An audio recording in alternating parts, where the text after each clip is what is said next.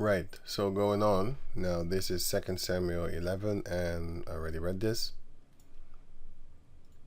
Verse, let me see. I think I can leave it here.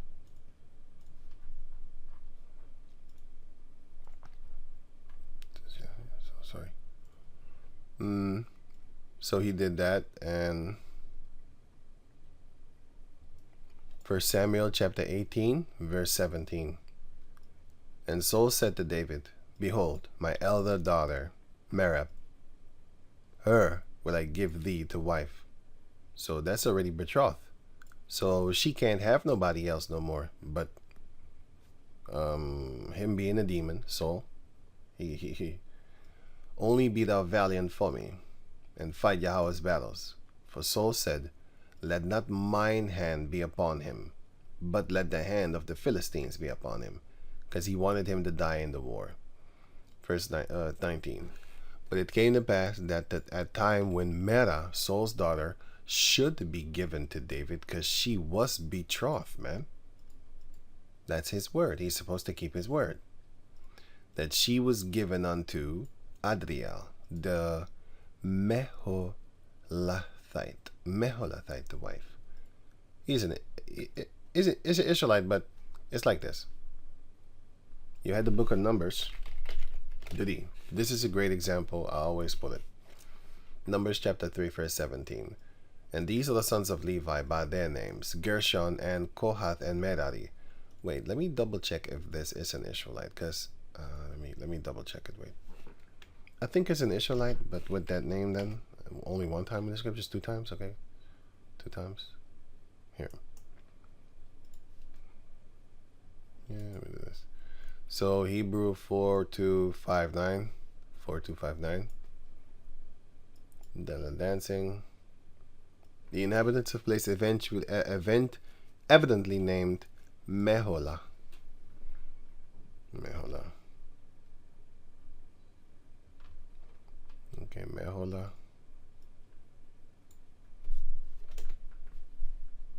What? Meholah.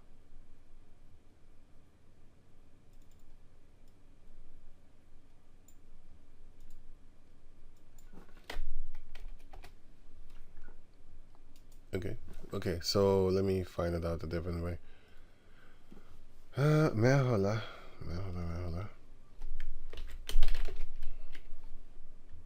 It's a car. You type it, just type it. And yeah, so it's an Israelite. It's a city in Issachar. 1 Samuel 18, 19. Samuel 18, 19. Yeah, I already read that. 21.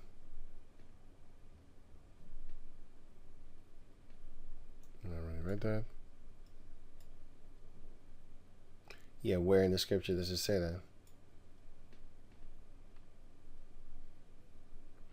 Well, they say here is Issachar, but I need to double check that. I don't know. So, but I'm gonna give you an example of facts, right? So you have here, because that's not wait, let me see. That's not a nation. It's a place. It's a tribe. A tribe lives there in that place. Sorry. So Numbers 3:17, and these are the sons of Levi by their names, Gershon and Kohath and Merari. Okay. And these are the names of the sons of Gershon by their families, Libni and Shimei. Okay. So now verse 21. Of Gershon was the family of the Libnites. So this individual single man, he was the son of Gershon, became Libni, right? He's Libni, and then his children were called Libnites. The family that he created with the multiple wives that he had. And the family of the Shemites, which he started to make a lot of children, and the children were called Shemites. These are the family of the Gershonites. Okay, so now the Libnites, the Shemites, and the Libnites are Gershonites, but all 3 of them are Levites. So if among the Gershonites, these are the, wait, let me give another example. If among the Libnites, then I don't know, one of them is named numbers, right? Then among the Libanites, they will become a family of Numberites. But the Numberites are Libanites, and the Libanites are Gershonites, and the Gershonites are Levites. So the Numberites are Levites, the Libanites are Levites, the Gershonites are Levites. So they started to have these different type of names. The Aramites, Amramites, are Kohathites. And the sons of Kohath, which is the second son of Levi, by their families, Amram and Izhar, Hebron. Hebron is also a place. Hebron is a place in Issachar also, and it's also a place in Judah. Joshua 19 shows you that. So Joshua 19. Joshua 19 is here. And then you have a place called Hebron. Where is that? Let me see. Here. You have a place called Hebron. And, funny, you have a place with Carmel. Wait, let me see something. Issachar, yeah. Reach it unto Carmel westward. So the Carmel of Judah, it's actually south. And then you have a Carmel of Issachar. No, wait a minute. What was it? Issachar or Asher? I think it's Asher. Yeah, I need to read that chapter again. But this is Issachar here, all this. And I think, yeah. This is Issachar. So Issachar has a Jezreel also. And then Asher has a Carmel also. But the reason why I know that this is not that Carmel is because Nabal was a Judite living there. And he was living there, and therefore it's because if I'm correct, the name of the place that he was living was round there, was in Judah. So therefore Carmel is the Judite woman, Abigail. And then you had Apak also, which is an damn, I need to read it again, but yeah. I hope you understand that the names are very confusing.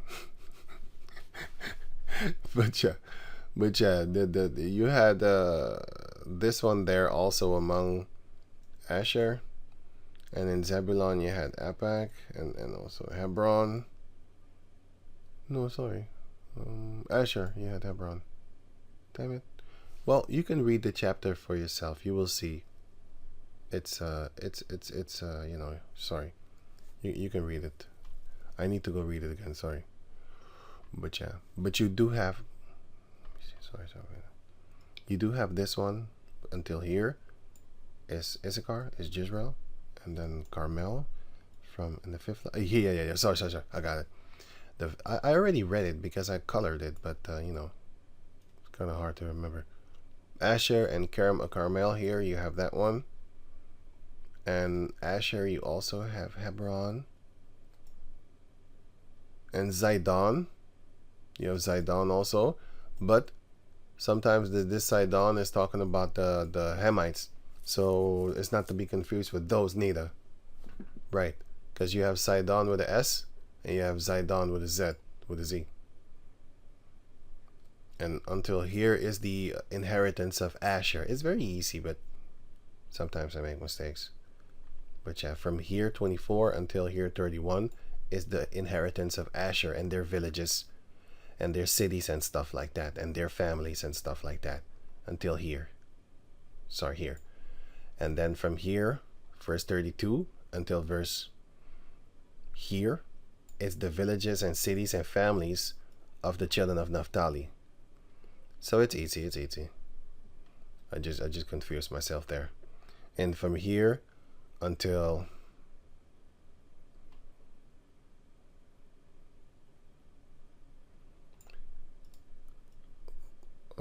from here until here is done, but it goes further because they went and fought against Lashem and took it, so that belongs to them also. because the land was too small, even unto the border of Joppo. Let me see here. And the Lord gave them a city also, even Timnath Serah in Mount Ephraim. Gave he him a city. So the children of Dan, yeah. So they got a place over there too. But anyway, you can read the rest for yourself if you have the time. The point is that you had different Hebrons in places. And by the way, let me see. This Hebron is a man, but you had places called Hebron, different places and stuff like that. Right, enough of this. So that's basically the same thing to explain this for. It's just the region and a family and stuff like that. In this case, it's a family. Just like the concubine of King David, where Adonijah wanted to fight for, and then his brother King Solomon, his little brother King Solomon, killed him for it. Because I'm talking about the region, the woman. Let me get it here. It says it right here. No, here then. No. 1 Kings 1. This one. See, this one is a region. It's a place. So she was called after the place, after the village. She's a Shunammite. Okay, enough of this. I think I need to go back over here. Or am I missing something? Let me see. I'll get to that later.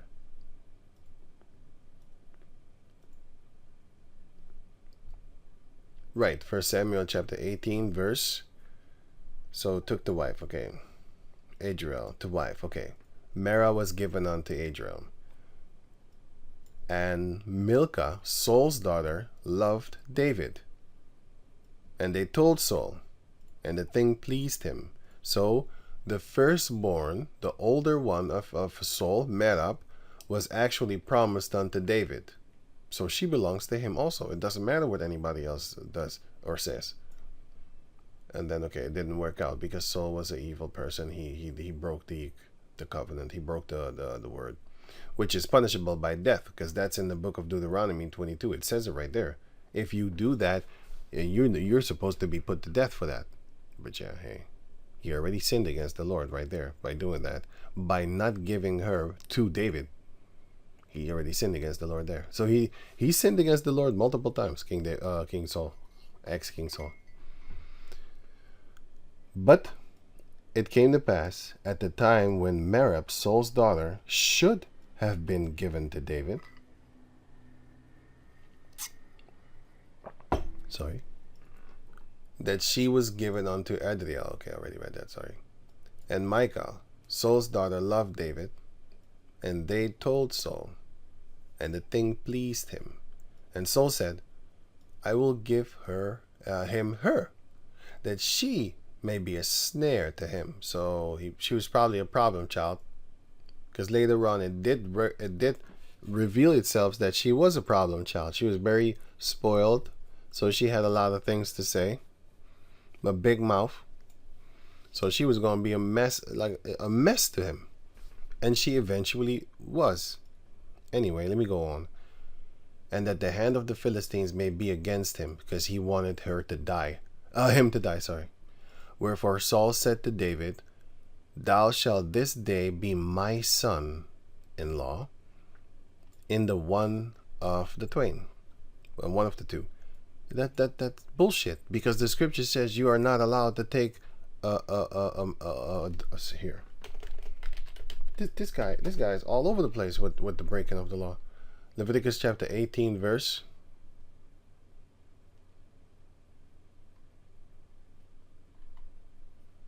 17. Thou shalt not uncover the nakedness of the... Verse 19. Neither shalt thou take a wife to her sister to vex her, to uncover her nakedness, beside the other in her lifetime. So as long as she's alive, you are not allowed to take her sister. And the reason why Jacob did do that, that is not his fault. He got tricked. Laban tricked him, because David didn't go for two sisters. David went for one. He went for Rachel. But the guy started to come up with, well, the customs is the older one is supposed to be given before the younger one, It's kind of disrespectful. But he was trying to be a demon because he didn't say that in the beginning for the 7 years that he was working there. He said nothing. He's like, I'm going to get you. I'm going to use you, and I'm going to abuse you and get basically rich off of you, because as long as Jacob was around, he was getting them blessings, and he didn't want to let David go. Jacob, sorry. He didn't want to let Jacob go. So he beguiled him, and then in the heat of the night, in the darkness, he gave him Rachel. And then in the morning, Jacob said,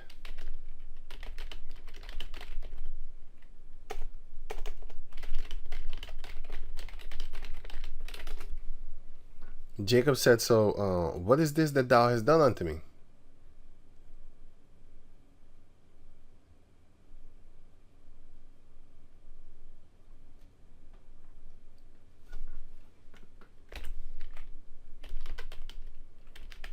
Yeah, so, and it came to pass in the morning, behold, it was Leah. And Jacob said to Laban, what is this that thou hast done unto me?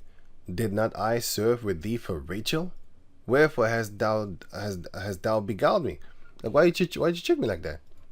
And Laban said, it must not be so done in our country, to give the younger before the firstborn. You could have told him that 7 years ago. You already had in your head, like, nah, I'm going to keep it. He didn't want to do that. You know what the funny thing was? When he saw that the blessing was come upon him,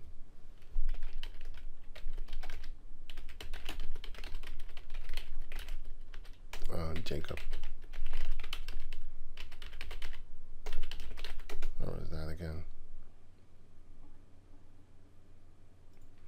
Genesis 30 and 27. And Laban said unto him, I pray thee, if I have found favor in thine eyes, tarry, for I have learned by experience that Yahweh had blessed me for thy sake. That's why he kept them around. Basically, use you. I'm going to use you because it's beneficial for me. That's why. Because why did he go into the agreement in the first place? Like, hey, I want Rachel. Oh, yeah, you can have her. Just work 7 years for me. And then he went about his business. Dun, dun, dun, dun, dun. And then all of a sudden, he started to get blessed. He was looking around like, shit, what's happening? I started to get everything. What? This? Oh, I'm going to keep him for 7 years more. I ain't going to say nothing. I'm going to wait 7 years until he does his little thing. And then he comes, and I'm going to trick him too. In the heat of the night, when it's dark, then he went to Leah and he told Leah, don't make a sound. Don't talk to him. Just go there and just sleep with him. Okay, let him sleep with you. Don't say nothing, okay? Keep your mouth shut. And she did exactly what her father told her, because she could have just went to him and said, hi, I'm Rachel. I'm Leah. And Rachel is not here. I'm your wife. Me. She could have talked. She didn't. So while they was having sex, she didn't talk the whole time. She didn't talk. So that's kind of funny. So she was in on it too, but it's her father. Her father made her do it, so it's not her fault. And then when the Lord saw that Rachel was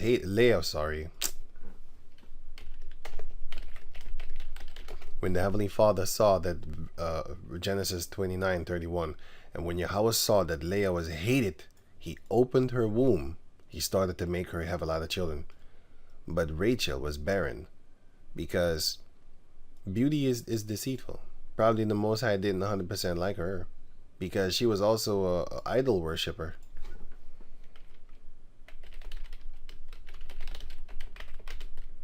She hid her father's gods.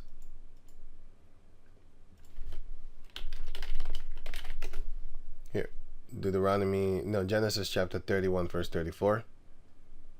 Now Rachel had taken the images and put them in the camel's furniture and sat on them. And Laban searched all the tent, but found them not. Laban wanted to kill Jacob, but the Heavenly Father came into a dream. In Laban's dream, he said, don't touch him. Don't speak evil to him neither. Don't talk to him. Don't say bad. Nothing. Okay? because Jacob didn't know. He didn't believe in the goddamn image, and it is damned by God. He didn't believe in that shit, but Rachel did, because she's from Mesopotamia. Remember that. And how many gods?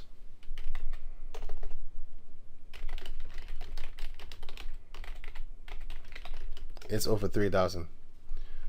The names of over 3,000. It's over 3,600 even.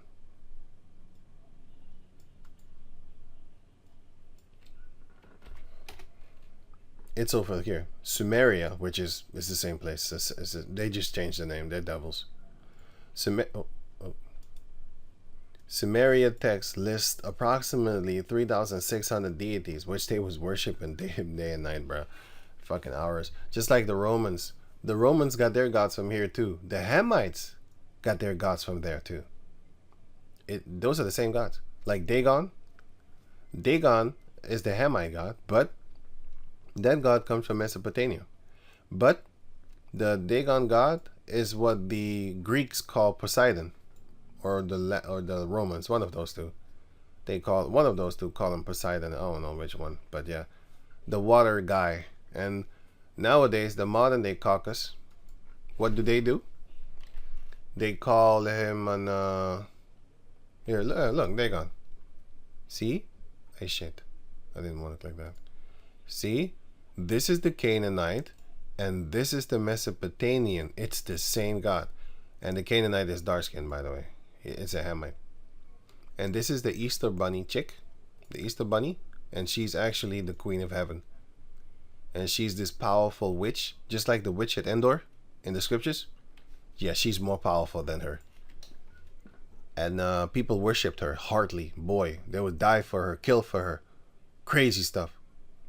And she was so strong that, she had her hands on lions. This is a lion. And she had them like pets with a rope. She's depicted as standing on lions here. These two things are lions. They look like two Mises, like two mouses, but they're actually lions. She stands on lions, as you can see it here. This one. She stands on lions. And people used to worship her. Until this day, people worship her, not used to. They worship her until this day. And let me see what more. It's the same thing here. This is Dagon, the fish guy. And the Hamites have him too, but they have the name Dagon. And the Caucasus priest until this day.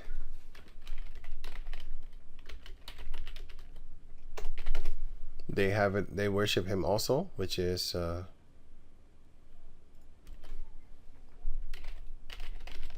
here you have it. Here the fish head on his head. Here you have Dagon, the fish guy, and then you have here the priest. Here, see this look like a fish head. Here you have it. This is the fish head that the Hamites thing used to worship. Maybe I got a better picture here. On purpose, it's Facebook blurry. I think here. Yeah, here. So this looked like a gaping fish mouth, and that is exactly what they were doing. They were doing that. See? I refuted. Whatever, dude. Whatever.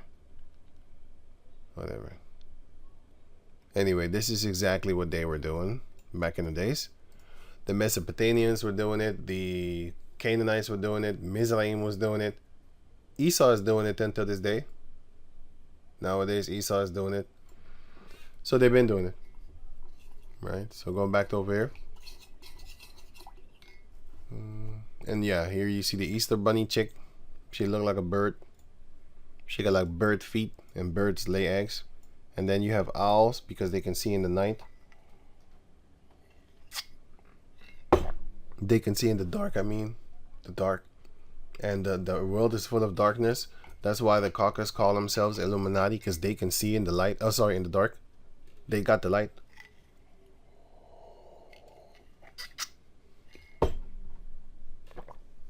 Sorry about that. So they have that. And then, she got the bird wings and stuff like that, whatever. Going on.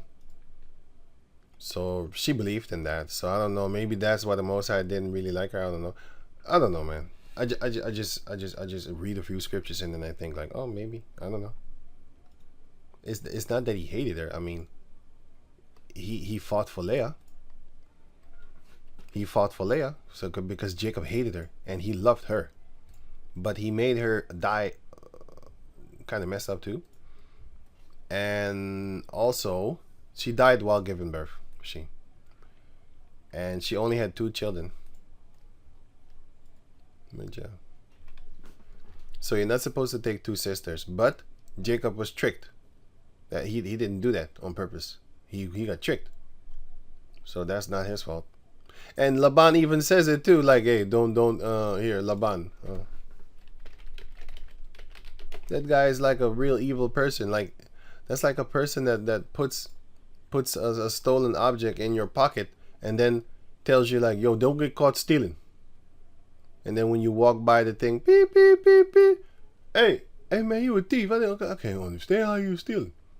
Laban warns. Wait. Laban.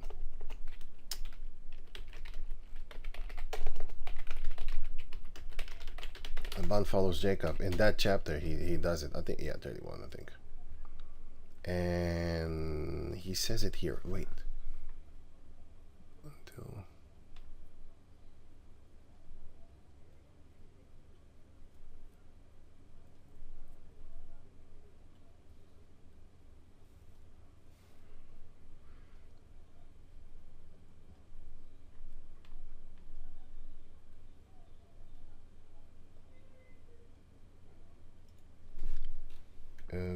let me see something here, Vex.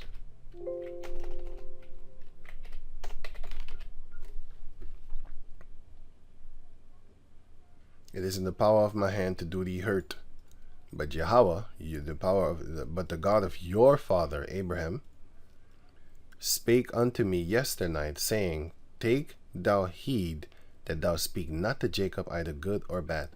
So Laban wanted to hurt him physically. He said, you know, I'm able to do it, right? But he didn't, because the Most High warned him, like, don't touch him.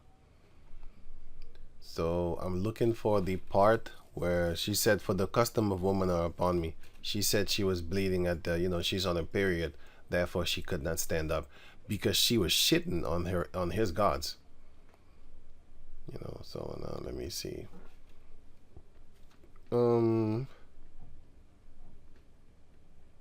Wow, I can't find it. Wait. I got it. It's right here. I didn't even notice. It says it right here. So this is what he said after he caused it. That's funny as hell, man. That's just funny as hell. So this is the book of Genesis, chapter 31 and 50. If thou shalt afflict my daughters, which is Leah and Rachel, or if thou shalt take other wives beside my daughters, no man is with us. See, Yahweh is witness betwixt me and thee. And Laban said to Jacob, behold this heap, and behold this pillar, which I have cast betwixt me and thee. Basically, let the pillar be a witness. So let that stone be a witness. It's like a memorial. It's like a statue. Every time you see a statue of Columbus, you think what he did to the Native Americans, because a statue is a memorial. Well, every time Jacob was to see this heap or talk about it, the pillars that been put upon each other and stuff like that, I mean the stones that been put upon each other in the form of a pillar, then you would think of the covenant that we made between each other, that you shall not afflict my daughters. But you literally caused that, because you made him have 2 sisters. They probably, you know, kind of didn't like each other. It's his 2 sisters, man. You can't do that. That's against the scriptures. So you might ask yourself, like, why did he do that? Well, he got tricked. But yeah, it's all of the Lord, man. But yeah, we're not supposed to do that. You can't do that. Your mother and the daughter, you don't do that. The mother and daughter, you don't sleep with them. And the sisters, you don't sleep with them. You can have 2 cousins. You know, you can't sleep with 2 daughters. 2 sisters, sorry. Or the mother and the daughter, you can't do that neither. So that's that part. And he caused that. He caused them to be afflicted. Because of vexing is afflicting. You're hurting them because they're sisters. Now you might have in this world twin sisters that want to share a man.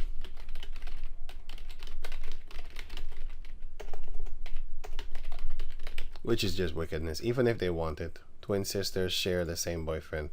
Yeah, it's still nonsense. You can't do that. Sharing a boyfriend, a unique twin experience. It might sound fun, but it isn't. It's not good. You know, it might even be fun. How about that? It might even really be fun. Let me see. Twin sisters and cousin. Only the cousin is allowed. Share the same husband. Only these two or these two are you allowed to take. You're not allowed to take these two. You can't do that. Can't do that. Even if they're not vexed. You know. I wouldn't even try.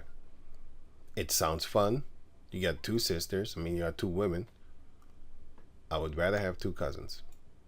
Or these two. I'm just giving an example. So on 1 Samuel chapter 18 verse 22, and commanded his servant, saying, commune with David secretly. Well, I don't need to read that. Let me just jump to here. Verse 25, and Saul said, thus shall ye say to David, the king desireth not any dowry, but, so no money, but 100 foreskins of the Philistines, to be avenged of the king's enemies. But Saul thought to make David fall by the hand of the Philistines. Yeah, that's the same way he murdered Uriah, right? So, and here's the point. And Saul gave him Micah his daughter to wife, and Saul saw that and knew that Yahweh was with David, and that Saul's daughter, loved him. So he wanted to use Michal against him for any cause, whether to just irritate him or whether to just basically make him put his guard down. But King David never put his guard down among King Saul. 1 Samuel 14:49. Now the sons of Saul were Jonathan and Ishhui and Melchishua. And the names of his two daughters were, the name of the firstborn Merab, and the name of the younger Michal. The reason I put this is to show you that these two are sisters. This is the older one. This is the younger one. So the older one was actually engaged unto King David. So, but at that time David. So that was already broken. So that's already somebody got to die for that one, according to the scriptures of the Old Testament, because we were in the Old Testament, no mercy was to be given, actually supposed to, but only by the Heavenly Father, by the way. So his mercy, not law mercy and stuff like that. According to the law, you're supposed to be put to death. Lucky that the New Testament is here, because or else we all would have been put to death if you took another man's wife or something like that. Even you know, if even if you thought they broke up, even if they did break up, yeah, you're not supposed to take this man's wife. You should know now, especially when you're a little bit older, you should know, like, once they break up, it's not 100%, then they're not going to go back to get back together again. You know, sometimes in a year, sometimes, you know, they just need space and they go date other people, and then, you know, they happen to fall upon each other again, and they're not angry at each other anymore, and be like, hey, how you doing? How you been? Yeah, you looking good today. And, oh yeah, you looking kind of muscular today too. Before you know it, she's back with her ex-boyfriend while she has a new boyfriend, but she still misses, and she knows she has experience with this guy. She can pick up right where they left off. That's most of the time when you have an ex-girlfriend.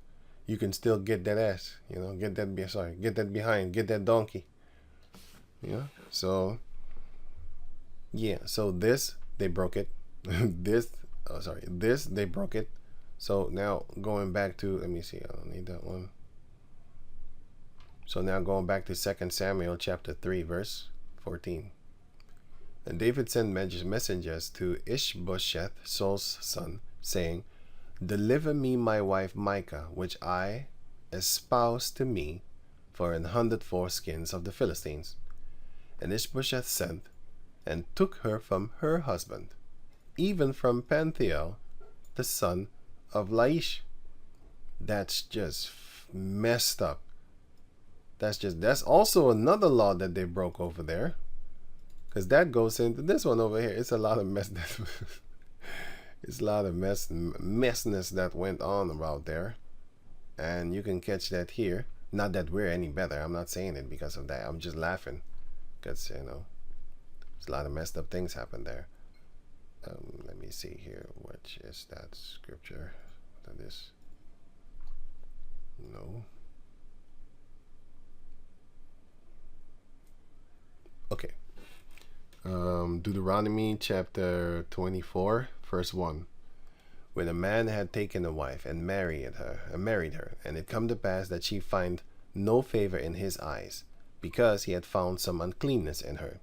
I don't know what specifically, but you know, maybe she's just very stubborn. She doesn't want to work with you, or she just wants to dress like a slut while she's married, and you know, she'd be like, hey, get the fuck out of here then, man. You know, I mean, like, then let him write a bill of divorcement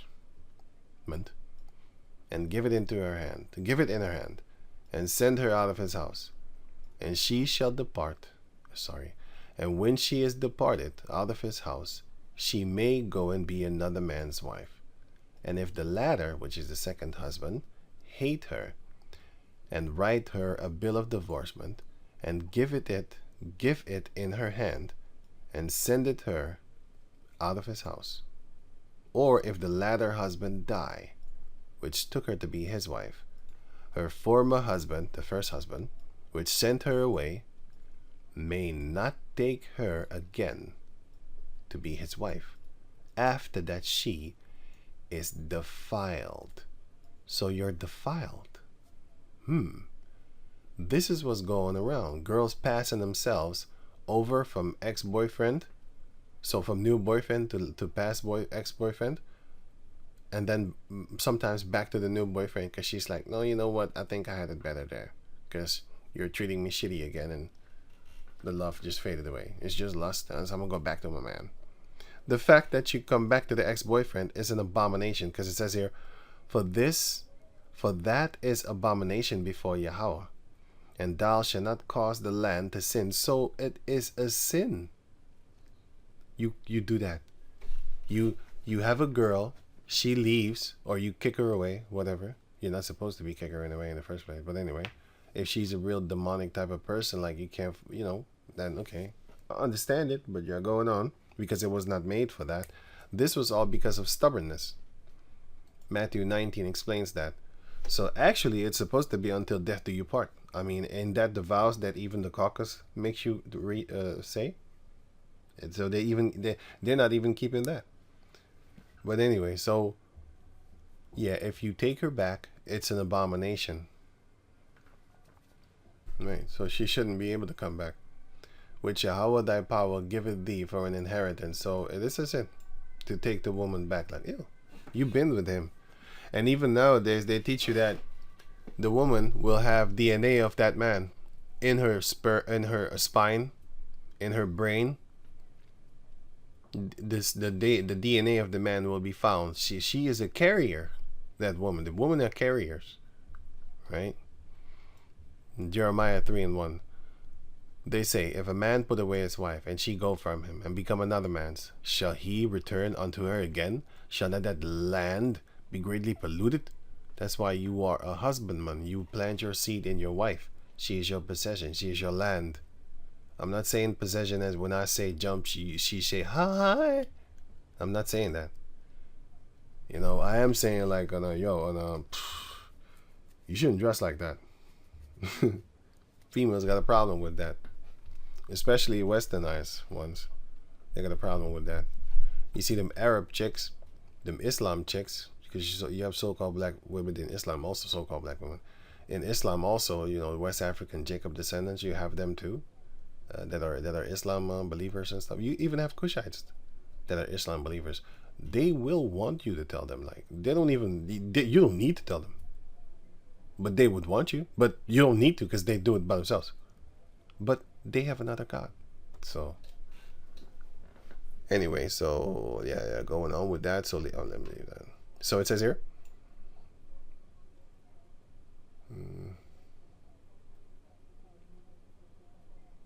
First Samuel 25:44. But Saul had given Michal, his daughter, David's wife. It says it right here, David's wife.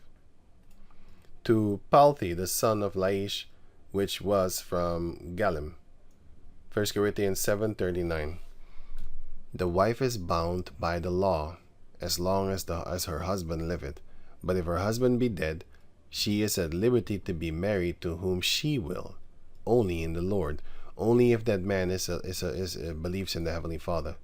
She cannot just marry a dude like randomly. She needs to marry a man of the Lord, because that is how the Lord set it up.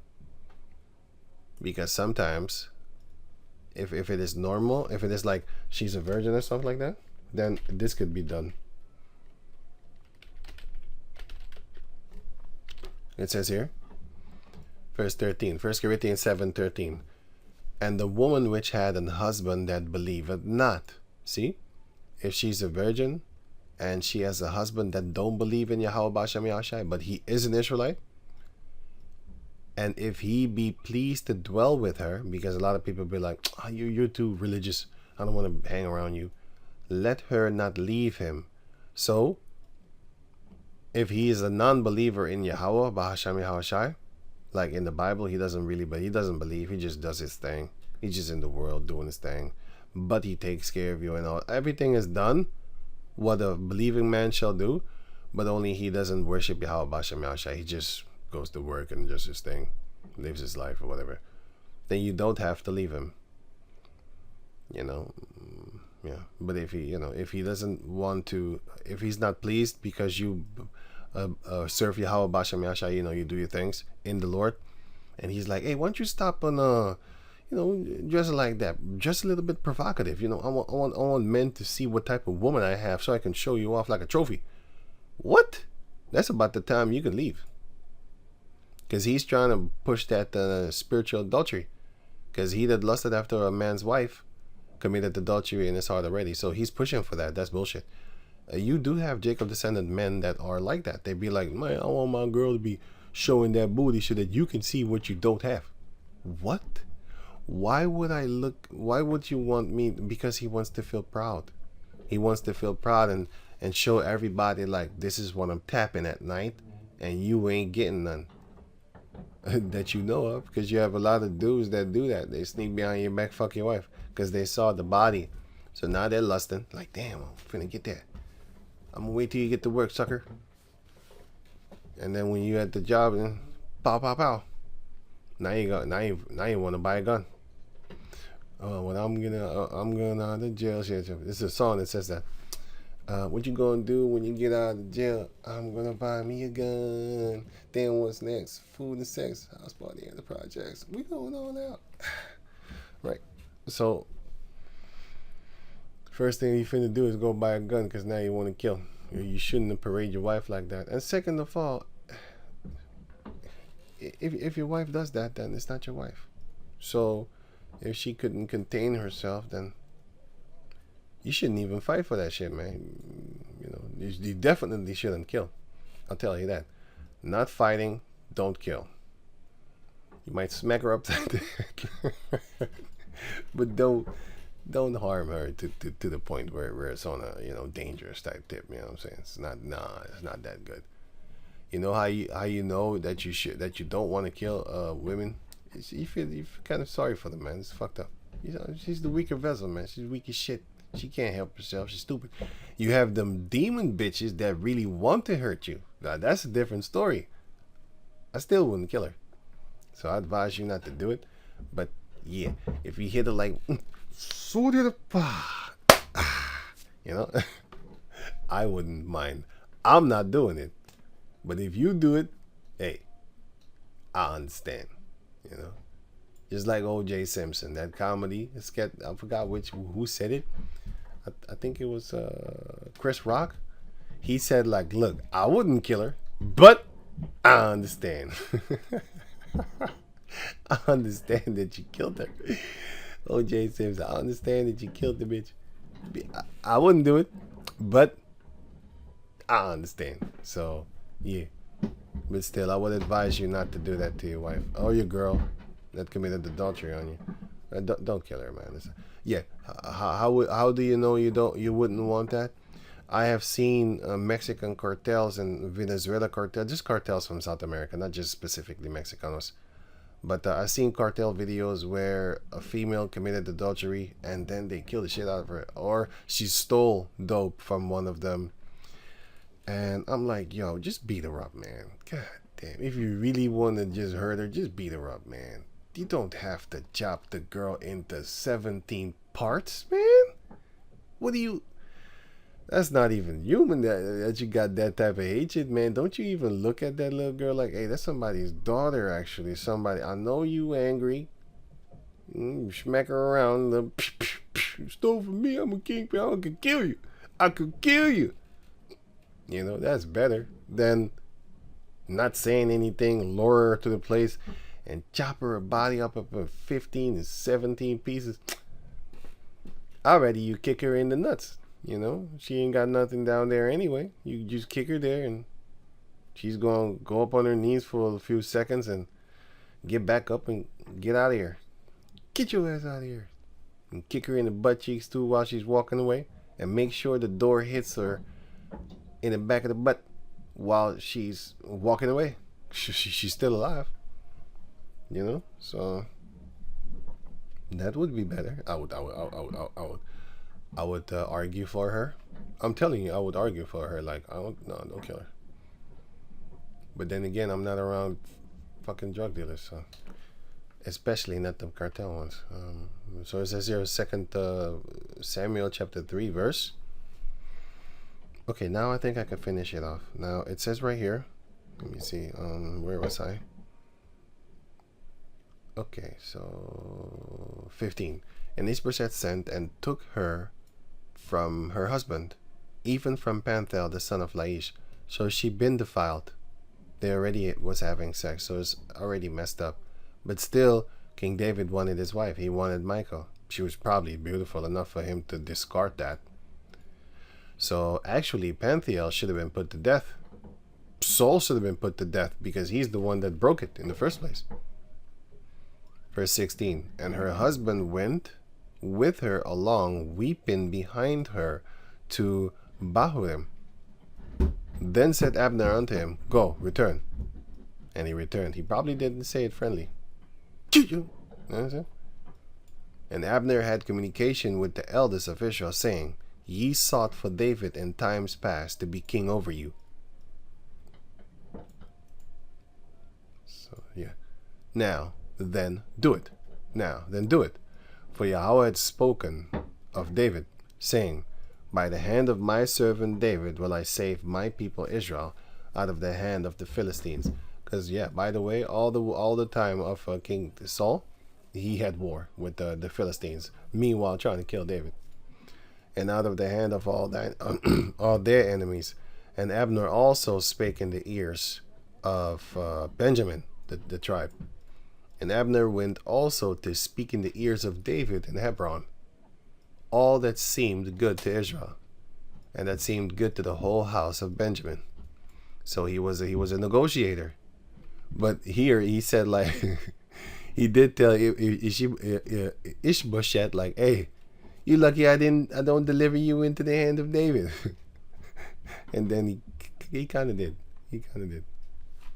You know, I don't know, he probably got angry, or he started to realize, like, just like what he said in the chapter before, he started to say, like, hey man, are we gonna do this forever? Like, there's a lot of blood is gonna be shed, so I don't think that's a good idea. You know, so he was doing that. And so going back over here, 2 Samuel chapter 3 verse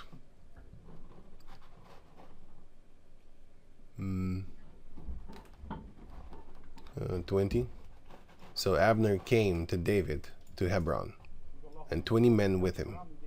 And David made Abner and the men that were with him a feast. So they made a feast to eat and stuff like that. Let me see how far I am, because they're talking very loud. Let me see. Made a feast, and Abner said unto David, I will arise and go, and will gather all Israel unto my lord the king, that they may make a league with thee, and that thou mayest reign over all that thine heart desireth. And David sent Abner away, and he went in peace. So they made an agreement with each other, you know. But wait, let me pause this video and I'm gonna read the rest later on. Right. Sorry about that. It was busy here, making a ruckus. So this is the book of 2 Samuel, chapter 3, verse 22. And behold, the servants of David and Joab came from pursuing a troop, and brought in a great spoil with them. But Abner was not with David in Hebron. Sorry. For he had sent him away, and he was gone in peace. Right, so Joab came back from, war, chasing people, putting them to death. When Joab and all the host that was with him were come, they told Joab, saying, Abner, the son of Ner, came to the king, and he had sent him away, and he's gone in peace. Then Joab came to the king and said, What hast thou done? Behold, Abner came unto thee. Why is it that thou hast sent him away, and he is quiet gone? Thou knowest Abner the son of Ner, that he came to deceive thee, and to know thy going out and thy coming in, and to know all that thou doest. And when Joab was come out from David, he sent messengers after Abner, which brought him again from the well of Sirah, but David knew it not.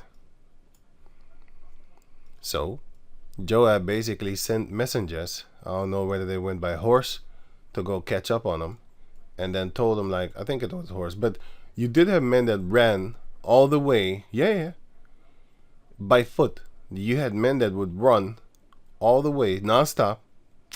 Man, Jacob descendants, you had one of the brother of Joab, he was as hen's feet. His feet was like hen's feet, like a wild roe. This guy was fast. But Abner was fast too. He was chasing Abner, and Abner kept on running. And he was like, yo, stay away from me, man. Don't do this. Because I know your brother, basically, and I don't want to hurt you. But he was stubborn. So he kept on going. Some people, I don't know, man. You're warning them like, hey, listen, don't do that, because I'm going to kill you, boy. Don't play. And yeah, they keep on doing it because they think they're tough, but yeah, I don't know, man. It's just messed up. But he shouldn't have done that. But it's fucked up. It's fucked up. It's all fucked up, Anyway, verse 28. No. Verse 27. And when Abner was returned to Hebron, Joab took him aside in the gate to speak with him quietly, and smote him under the 5th rib, that he died.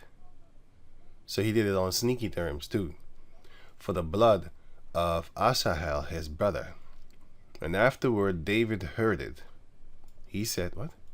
And afterward when David heard it,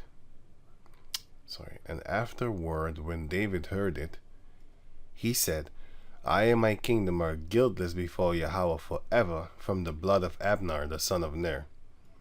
Let it rest on the head of Joab, and on all his father's house, and let there not fail out of his house, out of the house of Joab, one that had an issue. That's Leviticus 15.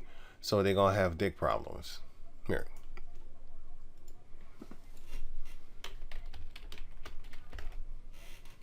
In Leviticus 15, whether it be issue running out of his flesh, uncleanness, like you have a dripper or something like that.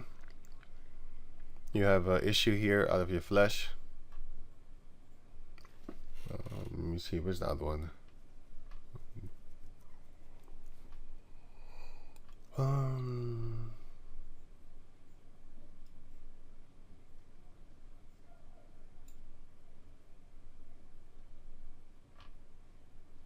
Yeah, basically here. Leviticus chapter 15 verse 2. Speak unto the children of Israel and say unto them, when any man had a running issue out of his flesh. Because of his issue he is unclean. And this shall be his uncleanness in his issue. Whether his flesh run with his issue, or his flesh be stopped from his issue, it is his uncleanness. So, you know, it's dick problems and stuff like that. Maybe you went into a filthy whore, but in this case, basically his household would be cursed with these curses. You can read the rest if you have the time for yourself. Or that is a leper, so the white skinned one. Leviticus 13. You had men with, let me see, leper, like filthy leper with the raw flesh or white hair.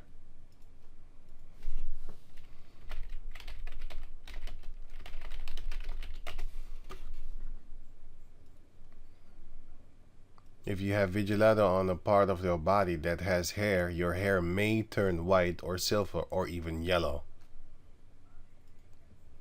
You have that here. Look, like the raw flesh. This is that raw flesh leprosy. Here's already an Edomite. See, he's already a clean leper. And then you have he's the double leper. Here you have it again, the raw flesh. You know? And yeah, this, I don't know if this is a tear baby, but yeah, she has it here too. This one that got the filthy leper. This one has it here like the raw flesh. Here too, it just breaks out like bam.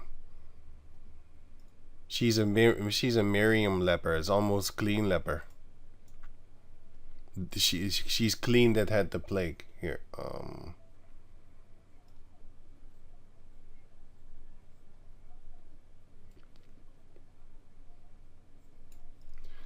Verse 10, Leviticus 13 and 10. I started 9.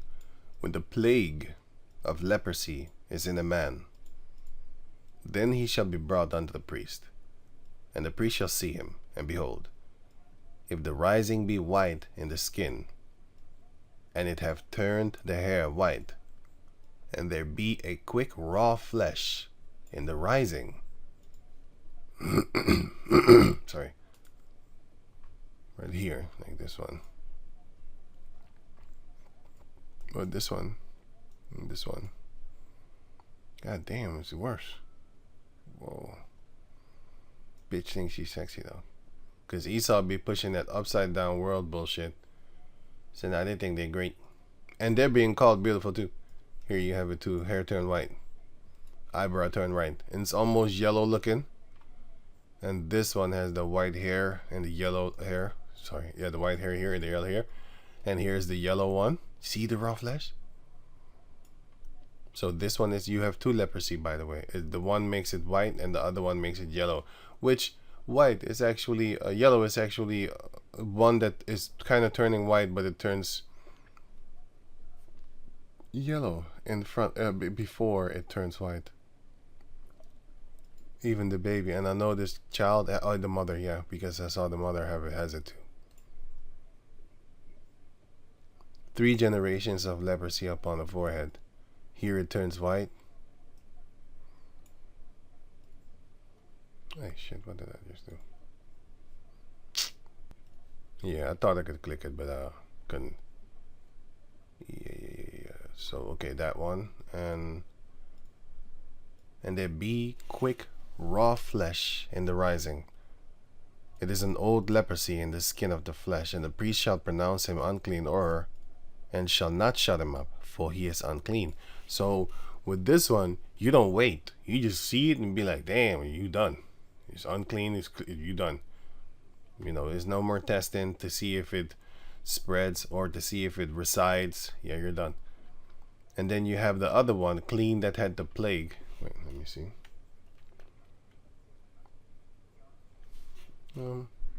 Verse 13. Then the priest shall consider, and behold, if the leprosy had covered all his flesh. Where's Miriam? I saw Miriam.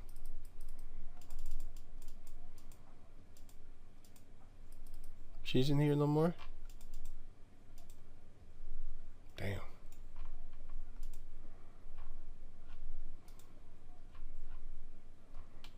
There's the raw flesh one.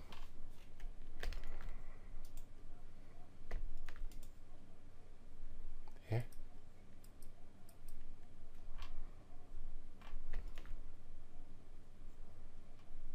I forgot which one I clicked. Oh yeah, here. Right, see this one, right? But of course you see the spots in her face. You can imagine, like, wow. Yeah, the most I could do this, man. And she looked like she would look normal. She would look like an average person from South America or something like that. You know, so going on. And if the leprosy covered all his flesh, or her, he shall pronounce him clean that had the plague. So let me read it again. It says, then so here, verse 12. And if a leprosy break out abroad in the skin, and the leprosy cover all the skin of him, her, that had the plague, him that had the plague, from his head even to his foot, whithersoever the priest looketh, then the priest shall consider, and behold, if the leprosy have covered all his flesh, he shall pronounce him clean that had the plague. It is all turned white.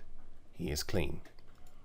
But when raw flesh appeareth in him, he shall be unclean. Right, so if this female starts to have spots like, where's the raw flesh? Like this one here? God damn. Or like this one here? Damn. Like this one here? Like you know, the raw flesh thing here? This one. Right, like this one here? Alright. That's a double leper. He's a clean leper, that is a filthy leper. That had the plague. Both of them is still the plague. So yeah, this one. But some of them have that raw flesh, like for example, like this one too. You know, that's a double leper. It's crazy shit, bro.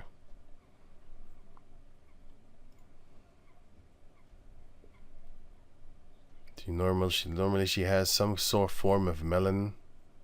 Very light though, but yeah, here you can see it break out here. Like as of a plague. My goddamn. Oh shit. This one is the plague one. You know, you could see the raw flesh like it needs to cook or something like that. It needs to be. Oh damn. Another raw flesh here. What is helping me now? Healing Vitiligo. Yeah, I know that Esau has ointments for this, man. I know actually a person that had this. And then a family member of mine with the above the eye it started. And the Edomite doctor gave her a an ointment, man, and it went away. It's like, what the fuck? That's when I started to know the scriptures, and I knew about the leprosy thing. You know, so I know that Esau he knows how to reverse this, man. There's no thing. See?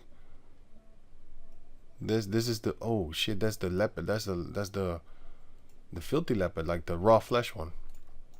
And then Esau could make this, but the dermatology is skincare thing. These are lasers, but the guy didn't use lasers. He's a Dutch how you call that thing? Doctor. But yeah, going on. He shall pronounce him clean that had the plague. It is all turned white. He is clean.